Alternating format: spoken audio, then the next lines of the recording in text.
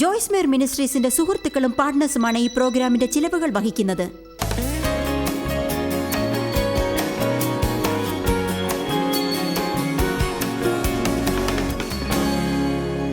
സാത്താനെ ഏറ്റവും എളുപ്പത്തിൽ ചെറുക്കാനുള്ള വഴി, അതാണ് ഞാൻ നിങ്ങളോട് പറയാൻ പോകുന്നത്. ഒരു കാര്യം ഉറപ്പാണ്, നമുക്കൊരു ശത്രുവുണ്ട്, അവൻ നമ്മുടെ പുറകെ വരുന്നു. നിർദ്ദയമായി, നിർത്താതെ സാത്താൻ നിങ്ങളുടെ ജീവിതത്തിൽ ഒരല്പത്തേക്കാൾ കൂടുതലായി പ്രശ്നങ്ങൾ കൊണ്ടുവന്നിട്ടുണ്ടെന്ന് എത്ര പേർ പറയും? സാത്താൻ്റെ മേൽ എന്തെങ്കിലും അധികാരം എനിക്കുണ്ടെന്ന് അറിയാതെ ഞാൻ പല പല പല വർഷങ്ങൾ ജീവിച്ചു. ആ കാലം അത്രയും ഞാൻ പള്ളിയിൽ പോയി. പക്ഷേ ഏതൊരു വിധത്തിലുമുള്ള അധികാരത്തെപ്പറ്റി ആരും എന്നോട് പറഞ്ഞില്ല. എന്തൊക്കെ വന്നാലും അത് സഹിക്കണമെന്നായിരുന്നു ഞാൻ കരുതിയത്. പിന്നീട് ഞാൻ ആത്മീകമായ യുദ്ധം എന്താണെന്ന് പഠിക്കാൻ തുടങ്ങി. ഇത് 70-80കളുടെ തുടക്കത്തിലായിരുന്നു. ജനങ്ങൾ ഇതുപോലെയുള്ള ക്യാമ്പ് മീറ്റിങ്ങുകളിൽ ജീവിച്ചു. അവയെല്ലാം 3-4 മണിക്കൂർ ദൈർഘ്യമുള്ളതായിരുന്നു. അതിനുശേഷം കാര്യങ്ങൾ ഒരല്പം മാറി തുടങ്ങി.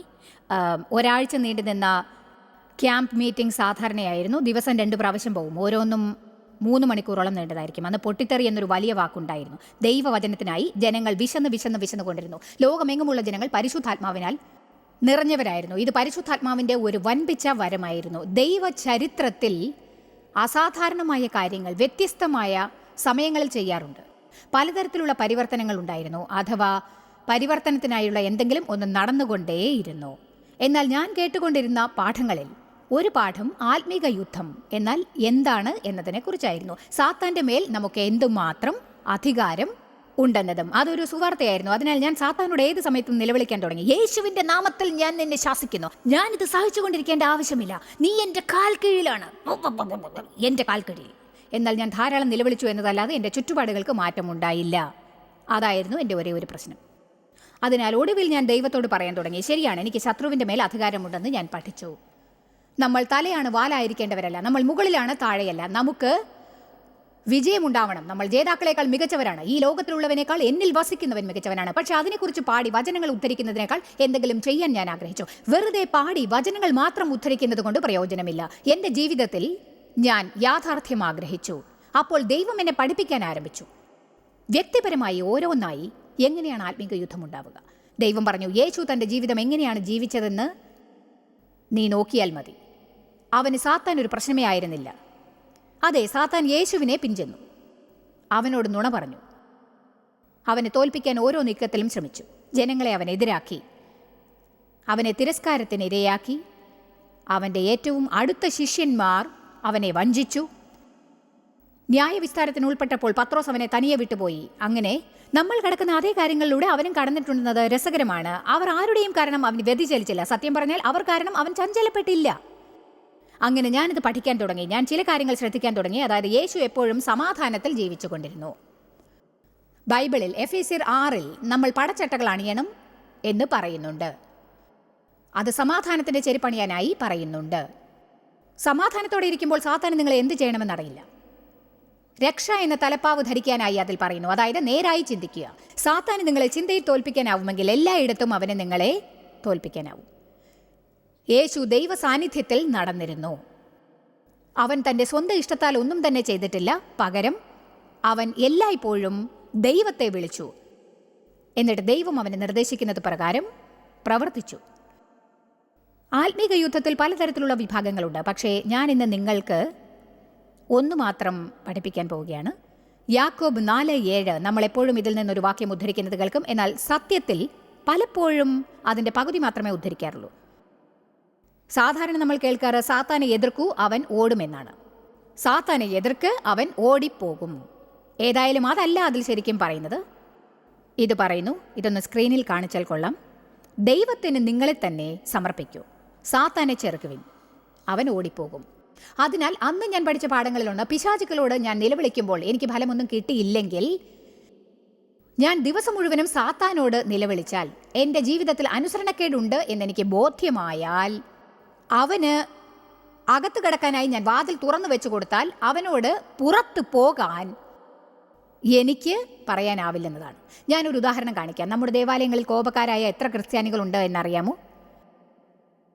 ഓ ദൈവമേ, എനിക്കിഷ്ടമുള്ള ഏതെങ്കിലും ഒരു പട്ടണത്തിലോ ദേവാലയത്തിലോ ചെന്നിട്ട് തർക്കത്തെയും കയ്പിനെയും വിദ്വേഷത്തെയും ക്ഷമിക്കാനാവായ്മയെക്കുറിച്ച് പഠിപ്പിച്ച് അവസാനം ജനങ്ങളോട് പ്രാർത്ഥിക്കാൻ മുന്നോട്ട് വരാൻ പറയുമ്പോൾ ഞാൻ ഇങ്ങനെ പറയണം: ഹൃദയത്തിൽ ക്ഷമിക്കാനാവാമെയുള്ളവർ, കോപിഷ്ഠരായവരുണ്ടെങ്കിൽ, കയ്പുള്ളവരുണ്ടെങ്കിൽ മുന്നോട്ട് വരൂ, ഞാൻ നിങ്ങൾക്കായി പ്രാർത്ഥിക്കാം. ഞാൻ വാക്ക് തരട്ടെ, ഞാനിത് ചെയ്യാൻ തുടങ്ങിയിട്ട് 32 വർഷങ്ങളായി. അതിനാൽ ഞാൻ എന്താണ് സംസാരിക്കുന്നതെന്ന് അറിയാം. ഈ ദേവാലയത്തിലുള്ള 80% ജനങ്ങൾ മുന്നോട്ട് കടന്നു വരും.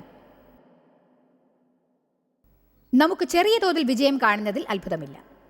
നമ്മൾ ദൈവത്തെ അനുസരിക്കണം. നമുക്ക് എന്ത് തോന്നിയാലും, നാം എന്ത് ചിന്തിച്ചാലും ശക്തിയിൽ നടക്കാൻ നാം ആഗ്രഹിക്കുകയാണെങ്കിൽ എത്ര നന്നായിരിക്കും. നിങ്ങളിൽ എത്ര പേരാണ് ശക്തിയിൽ നടക്കാൻ ആഗ്രഹിക്കുന്നത്? ശക്തരായി ജീവിക്കാൻ നിങ്ങൾ ആഗ്രഹിക്കുന്നുണ്ടോ? നിങ്ങൾ വാലായിരിക്കാൻ ആഗ്രഹിക്കുന്നു, തലയായിട്ടല്ല. മുകളിലാണ്, താഴെയല്ല. ദൈവത്തിന്റെ വാഗ്ദാനങ്ങൾ വെറുതെ പറഞ്ഞുകൊണ്ടിരിക്കുന്നതിൽ അർത്ഥമില്ല. അവയെ ജീവിതത്തിൽ അനുഭവിക്കാനും നിങ്ങൾ ആഗ്രഹിക്കണം. നിങ്ങൾ തൊടുന്നതെല്ലാം അഭിവൃദ്ധി പ്രാപിക്കണം, വിജയിക്കണം. നിങ്ങളുടെ പ്രാർത്ഥനകൾക്ക് ഉത്തരം ലഭിക്കുന്നത് കാണണം. ശരി, നമ്മുടെ ഓരോരുത്തരുടെയും ജീവിതത്തിൽ അനുസരണം കാണിക്കേണ്ടതായ പല വിഭാഗങ്ങളുമുണ്ട്, ഞാനടക്കം. എന്നാൽ ഞാൻ ഒന്നുകൂടി പറയട്ടെ, ഇത് ഞാൻ ആത്മാർത്ഥമായി പറയുകയാണ്. നിങ്ങളിൽ പലരും ഇത് തന്നെ പറയാൻ കഴിയുമെന്ന് തോന്നുന്നു. അതിന് കഴിയില്ലെങ്കിൽ നിങ്ങൾ അങ്ങനെയുള്ള ഒരു പരിധിയിൽ എത്തണമെന്ന് ആഗ്രഹിക്കുന്നു. എൻ്റെ ജീവിതത്തിൽ അറിഞ്ഞുകൊണ്ടുള്ള അനുസരണക്കേട് ഞാൻ കാണിച്ചിട്ടുള്ള ഒരു കാര്യവും ഇല്ല എന്ന് ഉറപ്പാണ്. ദൈവം എന്നോട് ഒരു കാര്യം ചെയ്യാനോ ചെയ്യാതിരിക്കാനോ പറയുന്നുണ്ട് എന്ന് തോന്നിയാൽ ഞാനത് ചെയ്യും. എന്തുകൊണ്ട്? കാരണം ദൈവത്തെ ദൈവീകമായി ഭയപ്പെടാനും അനുസരിക്കാനും വേണ്ടത്ര അനുഭവം എനിക്ക് ഉണ്ടായിട്ടുണ്ട്. ഇതാണ് ഇന്നത്തെ സഭയിൽ കുറഞ്ഞുകൊണ്ടിരിക്കുന്ന ഒരു കാര്യം.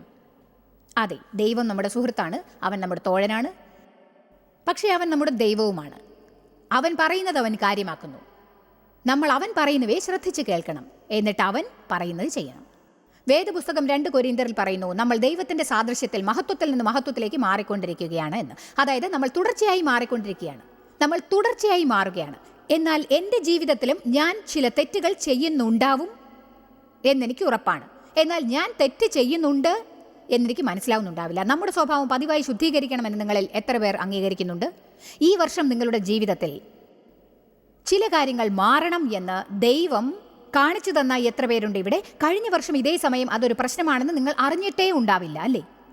ശരി, പോട്ടെ. അങ്ങനെ നമുക്കറിയാത്ത കാര്യങ്ങൾക്ക് നാം കണക്ക് ബോധിപ്പിക്കേണ്ടതില്ല, പക്ഷേ നമുക്കറിയാവുന്ന കാര്യങ്ങൾക്ക് കണക്ക് ബോധിപ്പിക്കേണ്ടതാണ്. പൗലോസ് പറഞ്ഞു, ഞാൻ ഇനിയും തികവിൻ്റെ സ്ഥാനത്ത് എത്തിച്ചേർന്നിട്ടില്ല, പക്ഷെ ഒരു കാര്യം ഞാൻ പറയുന്നു, ഇതാണ് എൻ്റെ ആഗ്രഹം. കഴിഞ്ഞുപോയവയെ പുറകിൽ ഉപേക്ഷിച്ച് ഞാൻ തികവിൻ്റെ സ്ഥാനത്തേക്ക് തിക്കിത്തിരക്കി മുന്നേറിക്കൊണ്ടിരിക്കണം. എനിക്ക് തോന്നുന്നു ഈ മീറ്റിംഗ് കഴിയുമ്പോഴേക്കും ദൈവത്തോടൊത്തുള്ള പരിപൂർണമായ അനുസരണമാണ് ഏറ്റവും ബുദ്ധിപരമായത് എന്ന് നിങ്ങൾക്ക് മനസ്സിലാവും എന്ന്. അത് ഞാൻ പ്രതീക്ഷിക്കുന്നു. സാത്താനെ എതിർക്കാൻ നമുക്ക് ചെയ്യാവുന്ന ഏറ്റവും എളുപ്പമുള്ള ജ്ഞാനമുള്ളതായ കാര്യം അതായിരിക്കും. ഞാൻ പറയട്ടെ, നാം കൂടുതൽ അനുസരണമുള്ളവരാകുമ്പോൾ സാത്താന്റെ വശത്തു നിന്നുള്ള പ്രശ്നങ്ങൾ കുറയാൻ തുടങ്ങും. അവൻ നമ്മോട് കൂടുതൽ എതിർക്കും. എന്നാൽ ഞാൻ പറയട്ടെ, അവൻ വിജയിക്കാൻ പോകുന്നില്ല. കാരണം നാം ദൈവത്തോട് അനുസരണയുള്ളവരായി നടക്കുന്നു.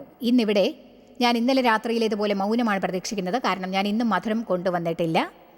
ക്ഷമിക്കണം, നമുക്കെല്ലാം മധുരം ഇഷ്ടമാണെന്ന് എനിക്കറിയാം, പക്ഷെ ഞാൻ മധുരം കൊണ്ടുവന്നിട്ടില്ല. ഞാൻ കൊണ്ടുവന്നത് ഇറച്ചിയും അതിൻ്റെ വലിയ കഷ്ണങ്ങളും, നമുക്കിഷ്ടമല്ലാത്ത പച്ചക്കറികളുമാണ്. ഇവയൊന്നും കേൾക്കുമ്പോൾ നമുക്ക് ഒച്ച വെച്ച് ആഹ്ലാദിക്കത്തക്ക സന്ദേശങ്ങളല്ല, പക്ഷേ പിന്നീട് ജീവിതത്തിൽ മാറ്റങ്ങൾ കാണുമ്പോൾ നിങ്ങൾ സന്തോഷിക്കും. കാരണം നിങ്ങൾ എല്ലാ സമയവും പോരാടിക്കൊണ്ട് ചിലവാക്കുന്നില്ല. എപ്പോഴും പോരാടിക്കൊണ്ട് മടുത്ത ആരെങ്കിലും ഇവിടെയുണ്ടോ? പറയൂ. എപ്പോഴും ദേഷ്യം, എപ്പോഴും പോരാട്ടം, എപ്പോഴും പോരാട്ടം. അപ്പോൾ മറ്റുള്ളവരോട് നിങ്ങൾ ദേഷ്യപ്പെട്ടുകൊണ്ടിരിക്കുന്നു. നിങ്ങൾ അതൊരു വലിയ കാര്യമാക്കും. ശത്രുക്കൾക്കായി നിങ്ങൾ ബൈബിളിൽ പറയുന്നത് പോലെ പ്രാർത്ഥിക്കുകയുമില്ല. ബൈബിൾ നമ്മോട് ശത്രുക്കളെ അനുഗ്രഹിക്കാൻ പറയുമ്പോൾ നാം എല്ലാവരോടും അവരെക്കുറിച്ച് മോശമായി സംസാരിച്ചു കൊണ്ടിരിക്കുന്നു. അവരെ ശപിക്കരുത്. അനുഗ്രഹിക്കുക എന്നാൽ അവരെക്കുറിച്ച് നല്ലത് പറയുക. ശപിക്കുക എന്നാൽ പൈശാചികമായത് പറയുക. ഇത് വളരെ എളുപ്പമാണ്. ദൈവം തൻ്റെ വചനത്തിൽ വിജയത്തിനുള്ള പ്ലാൻ നമുക്ക് നൽകുന്നു. അവൻ പറയുന്നു, ആരെങ്കിലും നിങ്ങളെ വഴക്ക് പറഞ്ഞാൽ, ആരെങ്കിലും നിങ്ങളോട് മര്യാദകേടായി പെരുമാറുകയാണെങ്കിൽ, വേദനിപ്പിച്ചാൽ, കരുണയില്ലാതെ അനീതിയായി പെരുമാറുകയാണെങ്കിൽ അവർക്ക് നിങ്ങൾ മാപ്പ് കൊടുക്കണം, അവർക്കായി പ്രാർത്ഥിക്കണം. അവരെക്കുറിച്ച് ദോഷമായിട്ടൊന്നും പറയരുത്. നിന്റെ ജീവിതത്തിൽ ഞാൻ പകരം വീട്ടും എന്ന് പറയരുത്. ഞാൻ നിനക്ക് നീതി നടപ്പാക്കും, നിനക്ക് പാരിതോഷികം കൊണ്ടുവരും, എന്നിട്ട് നിന്നോട് അവർ ചെയ്ത അന്യായത്തിന് പകരം ഞാൻ തിരിച്ചു കൊടുക്കും. ഒന്നുകിൽ നിങ്ങൾക്ക് ദൈവത്തിൻ്റെ വഴിയിൽ നടക്കാം, അല്ലെങ്കിൽ സ്വന്തം വഴിയിൽ പ്രവർത്തിക്കാം. അതൊരിക്കലും ശരിയായ വഴിയല്ല, കാരണം അതുകൊണ്ട് ഫലമില്ല. നിങ്ങൾ ഒരേ സ്ഥലത്ത് തന്നെ നിന്നുകൊണ്ടിരിക്കും, എന്നിട്ട് ഒരേ മലയ്ക്ക് ചുറ്റും വീണ്ടും വീണ്ടും വീണ്ടും കറങ്ങും. എന്തുകൊണ്ട്? പിടിവാശി. ഒരാൾ കൈയടിക്കുന്നു, അയാളോട് മാത്രം ഞാൻ സംസാരിക്കണം, അല്ലേ?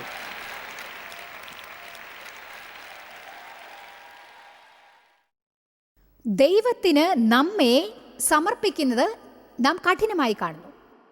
അത് ദൈവത്തിൻ്റെ വഴിപ്രകാരം ചെയ്യാനും. ഇന്ന് ഞാൻ നിങ്ങൾക്ക് വെളിപ്പെടുത്താൻ ആഗ്രഹിക്കുന്ന കാര്യങ്ങളിൽ ഒന്ന്, ദൈവത്തെ അനുസരിക്കുന്നത് കഠിനമാണെങ്കിലും അത് എളുപ്പമുള്ളതാക്കാൻ ഉപകരിക്കും. ദൈവത്തെ അനുസരിക്കുന്നത് എപ്പോഴും എളുപ്പമുള്ളതായി നമ്മുടെ ജഡത്തിന് തോന്നില്ല. പലപ്പോഴും നമുക്കത് മനസ്സിലാവുന്നില്ല. ദൈവം നമ്മോട് ചെയ്യാൻ പറയുന്ന ഒന്നും അർത്ഥമുള്ളതായി തോന്നില്ലായിരിക്കാം. ഞാൻ എന്തുകൊണ്ട് ആ വ്യക്തിക്ക് മാപ്പ് കൊടുക്കണം? അവർ എന്നോട് ഇത്രയൊക്കെ ചെയ്തിട്ട് ഞാൻ എന്തിനു അവർക്ക് വേണ്ടി പ്രാർത്ഥിക്കണം? ദൈവം ചെയ്യണമെന്ന് പറഞ്ഞതിലും ഉപരി നിങ്ങൾ ഒന്നും അറിയേണ്ടതില്ല. നമുക്കതിനെക്കുറിച്ച് അറിയണ്ട. ദൈവം അത് പറഞ്ഞെങ്കിൽ നമ്മൾ അത് തന്നെയാണ് ചെയ്യേണ്ടത്. കാരണം ദൈവം നമ്മേക്കാൾ ബുദ്ധിമാനാണ്. അവൻ അതാണ് ചെയ്യാൻ പറഞ്ഞതെങ്കിൽ അത് തന്നെയാണ് പ്രവർത്തിക്കാൻ പോകുന്നത്. അതെ, നിങ്ങളുടെ വഴിയേക്കാൾ എൻ്റെ വഴി മികച്ചതാണ്. എൻ്റെ ചിന്തകൾ നിങ്ങളുടെ ചിന്തയേക്കാൾ ഉയർന്നതാണ്. ദൈവത്തിൻ്റെ വഴികളിൽ നടക്കുമ്പോൾ അവൻ എല്ലാം സാധ്യമാക്കി തരുന്നതാണ്. നമുക്കെല്ലാം ഒരു വഴിയുണ്ട്, പക്ഷെ അതിൻ്റെ അവസാനമോ മരണമത്രേ. യേശു പറഞ്ഞു, ഞാനാണ് വഴി. നിങ്ങളുടെ ഓരോ പ്രശ്നത്തിനും അതിൽ നിന്ന് പുറത്തു കടക്കാൻ വേണ്ടി അവൻ ഏത് വഴിയാണ് തന്നതെന്ന് നോക്കൂ. അപ്പോൾ നിങ്ങൾക്ക് ഓരോ തവണയും വിജയം നിശ്ചയമാണ്. ഓരോ പ്രാവശ്യവും നിങ്ങൾക്ക് വിജയം ഉണ്ടാവും എന്നത് നിശ്ചയമാണ്. കാരണം ദൈവം നുണ പറയുന്ന ഒരു മനുഷ്യനല്ല. ദൈവം നിങ്ങളോട് ചെയ്യണമെന്നോ ചെയ്യരുതെന്നോ പറയുന്ന കാര്യങ്ങൾ, ദൈവം നിങ്ങളോട് ചെയ്യണമെന്നും ചെയ്യരുതെന്നും പറയുന്ന ഓരോ കാര്യങ്ങളും നിങ്ങളുടെ നന്മയ്ക്കായി പര്യവസാനിക്കും. അത് നല്ലതാണെന്ന് തോന്നിയില്ലെങ്കിലും അത് എളുപ്പമായിരിക്കില്ല. എന്നാൽ കാലം കഴിയുമ്പോൾ അത് നിങ്ങളുടെ നന്മയ്ക്കായി ഭവിക്കും. അതുകൊണ്ട് നമുക്കൊരു വ്യാപാരമുണ്ട്. ഒന്നുകിൽ ദൈവം നമ്മോട് ചെയ്യാനായി പറയുന്ന കാര്യങ്ങൾ ചെയ്യാതെ ജഡീകമായി ദൈവത്തെ അനുസരിക്കുന്നതിന് അസ്വസ്ഥത തോന്നുകയാണെന്ന് മനസ്സിൽ കരുതാതെ നമ്മൾ അനുസരണയുടെ വിത്ത് വിതയ്ക്കുന്നുവെങ്കിൽ നമുക്ക് ജീവിതത്തിൽ സന്തോഷത്തിൻ്റെയും നീതിയുടെയും വിജയത്തിൻ്റെയും വിളവ് കൊയ്യാനാവും. അല്ലെങ്കിൽ നമുക്ക് തോന്നുന്ന കാര്യങ്ങൾ ചെയ്തുകൊണ്ടിരുന്നാൽ ജീവിതകാലം മുഴുവനും വേദനകൾ അനുഭവിച്ചുകൊണ്ടേ ഇരിക്കേണ്ടി വരും. നിങ്ങളുടെ ജീവിതം യാതനകൾ നിറഞ്ഞതായിരിക്കും. ഞാൻ എങ്ങനെയാണോ അങ്ങനെ ജീവിക്കുന്നതാണ് എന്നെ ലോകത്തിലെ ഏറ്റവും പേടിപ്പിക്കുന്ന കാര്യം. ദൈവമേ, ദയവായി എന്നെ ഒറ്റയ്ക്കാക്കല്ലേ. ദയവായി എന്നെ കുറ്റപ്പെടുത്തിക്കൊണ്ടിരിക്കണമേ. എൻ്റെ ജീവിതത്തിൽ പിടിവാശിയുടെ ദിവസങ്ങൾ ഉണ്ടാവുമ്പോൾ ജീവിതത്തിൽ ഞാൻ എന്ത് മാറ്റണമെന്ന് കാണിക്കൂ ദൈവമേ. എന്നെ സംരക്ഷിക്കൂ. എൻ്റെ മുന്നിലും പിന്നിലും അങ്ങ് ഉണ്ടാവണം, ഇടത്തും വലത്തും ഉണ്ടാവണം. എന്നെ വിട്ടുകളയരുത്. അങ്ങയുടെ വഴിയിൽ നടക്കാത്തതുവരെ എന്നെ പോവാൻ അനുവദിക്കരുത്. കാരണം എന്നെക്കുറിച്ച് അങ്ങയുടെ മനസ്സിൽ നല്ല ചിന്തകളുണ്ടെന്ന് എനിക്കറിയാം. നമ്മൾ ദേഷ്യപ്പെട്ടും കോപിച്ചുകൊണ്ടിരിക്കുമ്പോൾ, ജീവിതത്തിൽ നമുക്ക് സമാധാനമില്ലാതിരിക്കുമ്പോൾ, സത്യസന്ധതയിൽ നടക്കാതിരിക്കുമ്പോൾ, സത്യസന്ധമല്ലെന്ന് നിങ്ങൾക്കറിയുന്ന കാര്യങ്ങൾ ചെയ്തിട്ട് അതിനുവേണ്ടി എത്ര തന്നെ ഒഴിവ് കഴിവുകൾ പറഞ്ഞാലും സാത്താനോട് ഒച്ച വയ്ക്കുന്നതുകൊണ്ട് യാതൊരു പ്രയോജനവുമില്ല. ഞാനിന്ന് നിങ്ങളോട് ചെറിയ കാര്യങ്ങളെക്കുറിച്ചാണ് പറയാൻ പോകുന്നത്. ഞാൻ ഒരു കാര്യം പറയട്ടെ. നിങ്ങൾ ജോലി സ്ഥലത്തിരുന്ന് ബോസ് നോക്കാത്തപ്പോൾ ഇന്റർനെറ്റിൽ കളിക്കുകയാണെങ്കിൽ അത് മോഷണമാണ്.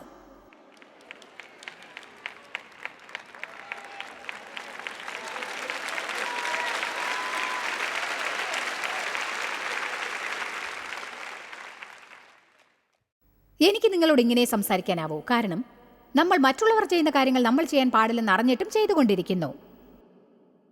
നാം അത് ചെയ്യാൻ പാടില്ലാതിരുന്നിട്ടും കുറ്റബോധം തോന്നുന്നില്ല. നിങ്ങൾ ബോസ് ആയിരുന്നെങ്കിൽ മറ്റുള്ളവർ അങ്ങനെ ചെയ്യുന്നത് ഇഷ്ടപ്പെടില്ല. അവർ 8 മണിക്കൂർ ശമ്പളം വാങ്ങുന്നതിന് 8 മണിക്കൂർ ജോലി ചെയ്യണം. കൃത്യസമയത്ത് അവർ ഓഫീസിലെത്തണം.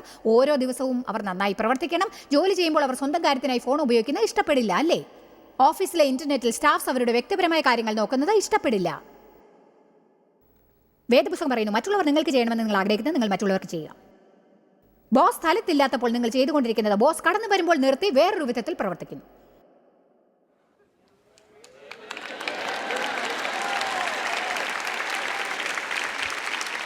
ഇന്നെനിക്ക് നിങ്ങൾക്ക് തരാൻ പറ്റിയ ഏറ്റവും മികച്ച ഉപദേശം, മനുഷ്യരുടെ മുന്നിലല്ല ദൈവത്തിൻ്റെ മുന്നിൽ ജീവിക്കാൻ പഠിക്കുക. ദൈവം എപ്പോഴും ശ്രദ്ധിക്കുന്നുണ്ട് എന്നറിയുക. ശരിയായ പെരുമാറ്റത്തിന് അവൻ എന്നും പ്രതിഫലം നൽകും. എൻ്റെ ജീവിതത്തിൽ ഞാൻ ഏറ്റവും പ്രധാനമായി പഠിച്ച ഒരു കാര്യം എന്താണെന്ന് വെച്ചാൽ, എൻ്റെ ദിവസേനയുള്ള സാധാരണ ജീവിതത്തിലേക്ക് ദൈവത്തെ കൊണ്ടുവരികയാണ്. അവനെ എൻ്റെ കൂടെ സ്റ്റോറിലേക്ക് കൊണ്ടുപോവുക, അവനെ എൻ്റെ കൂടെ മാർക്കറ്റിലേക്ക് കൊണ്ടുപോവുക, എൻ്റെ കൂടെ അവനെ ജോലിക്ക് കൊണ്ടുപോവുക. അവൻ എൻ്റെ കൂടെ ഉണ്ട്. പക്ഷേ അതുകൊണ്ട് അവന് ഒരു എഫക്റ്റും ഉണ്ടാക്കിയിരുന്നില്ല. ഞാൻ ഞായറാഴ്ച മാത്രം പള്ളിയിൽ പോയി ആഴ്ചയിലെ ബാക്കി ദിവസങ്ങളിൽ എനിക്ക് തോന്നിയതൊക്കെ ചെയ്തു. ഞാൻ ഞായറാഴ്ച പള്ളിയിൽ പോകും, എന്നിട്ട് എൻ്റെ കൂട്ടുകാരികളോടൊത്ത് പുരോഹിതനെ കുറിച്ച് അപവാദം പറയും. ലഞ്ച് കഴിക്കുമ്പോൾ ദിവസവും ഞങ്ങൾ അതാണ് ചെയ്തത്. പാസ്റ്ററായിരുന്നു ഞങ്ങളുടെ ഭക്ഷണം.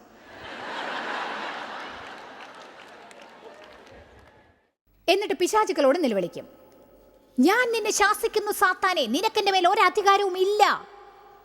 അതെ, ഞാൻ സംസാരിക്കുന്നത് എന്താണെന്ന് എത്ര പേർക്കറിയാം?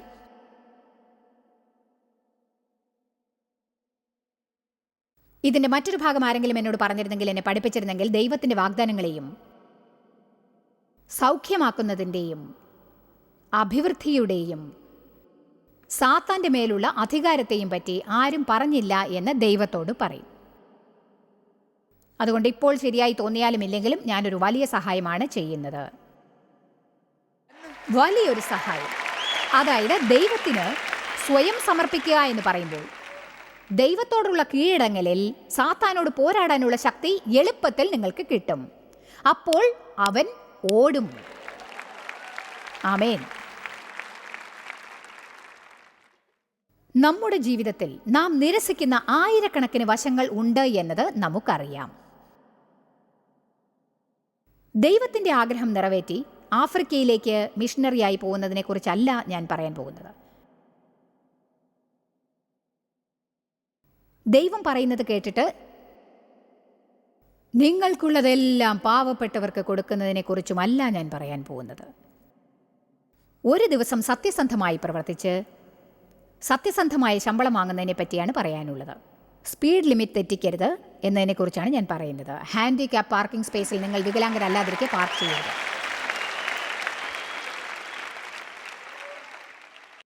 നിങ്ങളുടെ ഗ്രോസറി കാർട്ട് അതിനായി സ്റ്റോറിൽ മാർക്ക് ചെയ്തിരുന്ന സ്ഥലത്ത് കൊണ്ടുവയ്ക്കുന്നതിനെ പറ്റിയാണ് പറയാൻ ആഗ്രഹിക്കുന്നത്. മറ്റുള്ളവരുടെ കാറിൽ ചാരി വെച്ചിട്ട് അത് അവരുടെ കാറിൽ കീറലുണ്ടാക്കുമോ എന്ന് കാര്യമാക്കാത്തതിനെ കുറിച്ചാണ്. നിങ്ങൾ കൂടുതലായി വാങ്ങിയ ആപ്പിളിൻ്റെ ബാഗും വീട്ടു സാധനങ്ങളും കണക്ക് കൂട്ടിയപ്പോൾ, അതുപോലെ വീട് വൃത്തിയാക്കാനുള്ള സാധനങ്ങളും മറ്റും വാങ്ങിയപ്പോൾ പണം അധികമായതുകൊണ്ട് മാറ്റിവെക്കുന്നതിനെ പറ്റിയാണ് ഞാൻ പറയുന്നത്.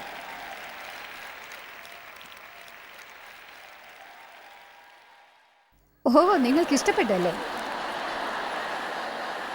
എന്നിട്ട് നമ്മൾ വില കൂടുതലാണെന്നതിനെക്കുറിച്ച് പരാതി പറയും. നമ്മുടെ ശ്രദ്ധയില്ലായ്മയെ മറ്റുള്ളവരെ കൊണ്ട് വൃത്തിയാക്കിപ്പിച്ചില്ലെങ്കിൽ വില അധികമാവുമായിരുന്നില്ല. ഇന്ന് നിങ്ങൾക്ക് ഇഷ്ടപ്പെട്ടാലും ഇല്ലെങ്കിലും ഞാൻ നന്നായി തമാശ ആസ്വദിക്കുന്നുണ്ട്.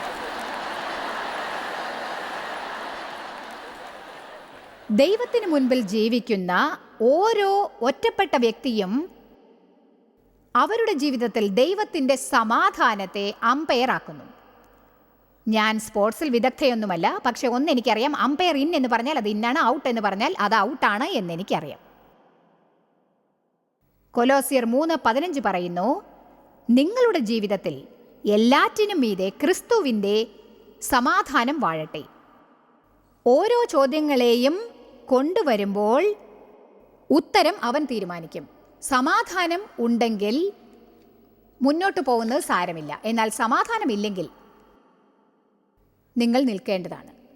അതെന്തുകൊണ്ടാണെന്ന് എനിക്ക് അറിയുകയേ വേണ്ട. ഞാൻ ഉടനെ നിർത്തണം. ദൈവത്തെ നാം അനുവദിക്കുന്നതിലുമുപരി അവൻ നമ്മെ വഴി നടത്തും. അവൻ നമ്മെ നടത്തുന്ന പ്രധാനപ്പെട്ട വഴികളിൽ ഒന്ന് സമാധാനമാണ്. ദൈവം ചെയ്യാൻ പറയുന്നത് ചെയ്യുകയും അവൻ പറയുന്നത് കേൾക്കുകയും ചെയ്യുകയാണെങ്കിൽ നിരാശ തോന്നിപ്പിക്കുന്ന പല കാര്യങ്ങളിൽ നിന്നും അവൻ നമ്മെ സംരക്ഷിച്ച് നമുക്ക് പകരമായി ദൈവം പ്രവർത്തിക്കുമെന്നത് എത്ര അത്ഭുതകരമാണ്. സമാധാനത്താൽ നയിക്കപ്പെടുവിൻ, ജ്ഞാനത്താലും വിശേഷബുദ്ധിയാലും നയിക്കപ്പെടുവിൻ. മണ്ടത്തരങ്ങൾ പ്രവർത്തിക്കാതിരിപ്പിൻ.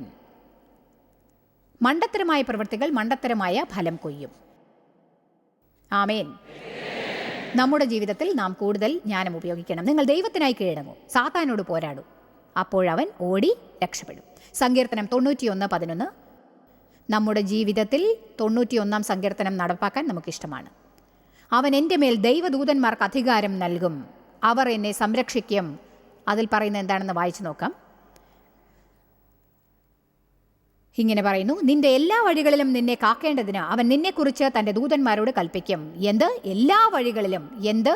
അനുസരണവും പിന്നെ സേവനവും. നമ്മുടെ മടിയുടെയും അനുസരണക്കേടിൻ്റെയും വഴികളിലും അല്ല.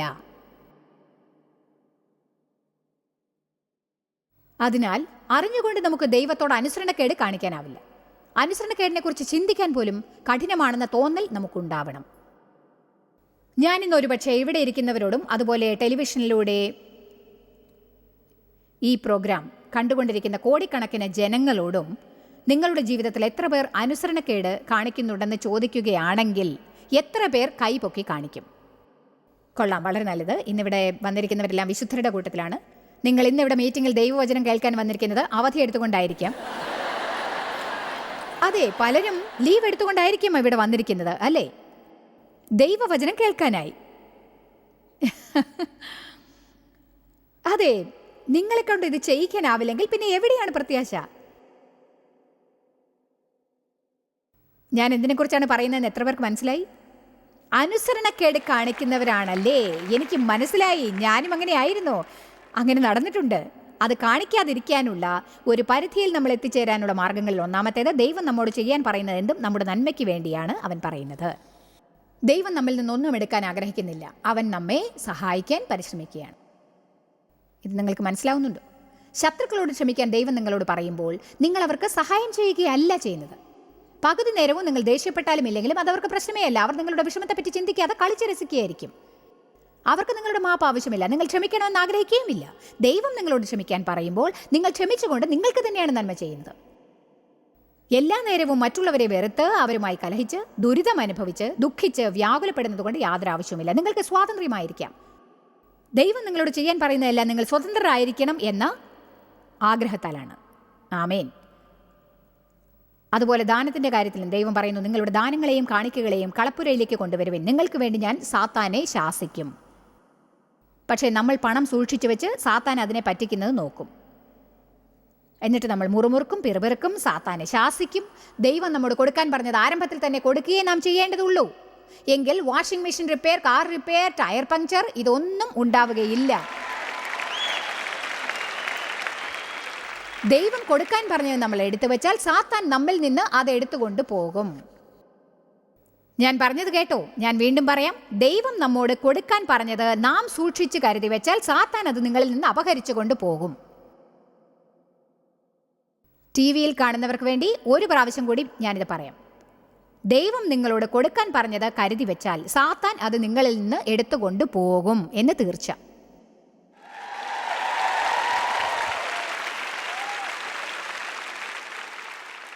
കൊടുക്കുക എന്ന് പറഞ്ഞാൽ ഇതല്ല, ദൈവമേ എൻ്റെ പണം കൊടുക്കണമെന്നാണോ പറയുന്നത്? ഓ, അത് വളരെ കഠിനമാണ്. അത് നമ്മുടെ ജീവിതത്തിലെ സംരക്ഷണമാണ്. ഞാൻ നിങ്ങൾക്ക് വേണ്ടി സാത്താനെ ശാസിക്കും. ഞാൻ സ്വർഗത്തിലെ കിളിവാതിലുകൾ തുറന്ന് നിങ്ങൾക്ക് അനുഗ്രഹങ്ങൾ ചൊരിയും. എന്നിട്ട് ദൈവം ഇതും കൂടി പറയുന്നു, എന്നെ ശ്രമിക്കൂ. ഈ കാര്യത്തിൽ ഞാൻ വിശ്വസ്തയാണോ എന്ന് നോക്കുക. എന്നാൽ എല്ലായിടത്തുമുള്ള ക്രിസ്ത്യാനികളിൽ കാണിക്ക നൽകാത്തതായി ചെറിയൊരു ശതമാനമേ കാണാൻ സാധിക്കാറുള്ളൂ.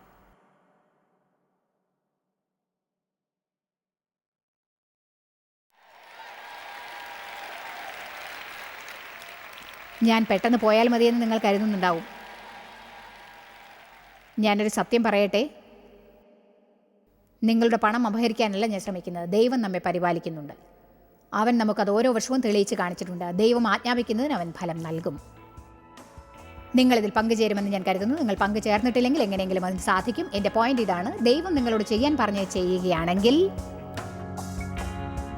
ഒന്നും നിങ്ങൾക്ക് നഷ്ടമാവില്ല. ദൈവത്തോട് അനുസരണം കാണിക്കുന്നതാണ് നിങ്ങളുടെ ജീവിതത്തിനുള്ള കവാടത്തിന് ഉത്തമ മാർഗം. അത് നിങ്ങൾക്ക് ചെയ്യാവുന്ന ബുദ്ധിപരമായ കാര്യമാണ്. സാത്താൻ്റെ മേൽ അധികാരം കാണിക്കാനുള്ള എളുപ്പ വഴിയാണത്. വേദപുസ്തകം പറയുന്നു, ദൈവത്തിന് നിങ്ങൾ കീഴടങ്ങുക, സാത്താനെ എതിർക്കൂ, അവൻ ഓടും. ദൈവത്തിന് കീഴടങ്ങാഞ്ഞാൽ നമുക്ക് സാത്താനെ ഓടിക്കാൻ കഴിയില്ല. ഈ വിഷയത്തെക്കുറിച്ച് നിങ്ങൾ കൂടുതൽ അറിയണമെന്ന് ഞാൻ ആഗ്രഹിക്കുന്നു. സാത്താൻ്റെ മേൽ നിങ്ങൾക്ക് അധികാരവും ശക്തിയും ഉണ്ട് എന്ന് നിങ്ങൾ അറിയണം എന്ന് ആഗ്രഹിക്കുന്നു. അവൻ നിങ്ങളുടെ പ്രാണന്റെ ശത്രുവാണ്.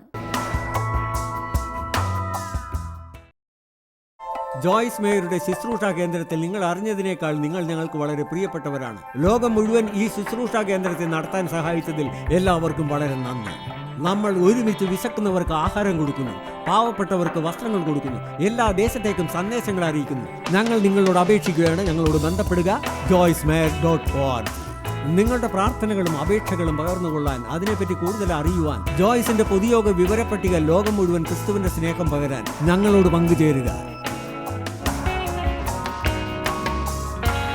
ജോയ്സ് മേയർ മിനിസ്ട്രീസിന്റെ സുഹൃത്തുക്കളും പാർട്ട്നേഴ്സുമാണ് ഈ പ്രോഗ്രാമിന്റെ ചിലവുകൾ വഹിക്കുന്നത്.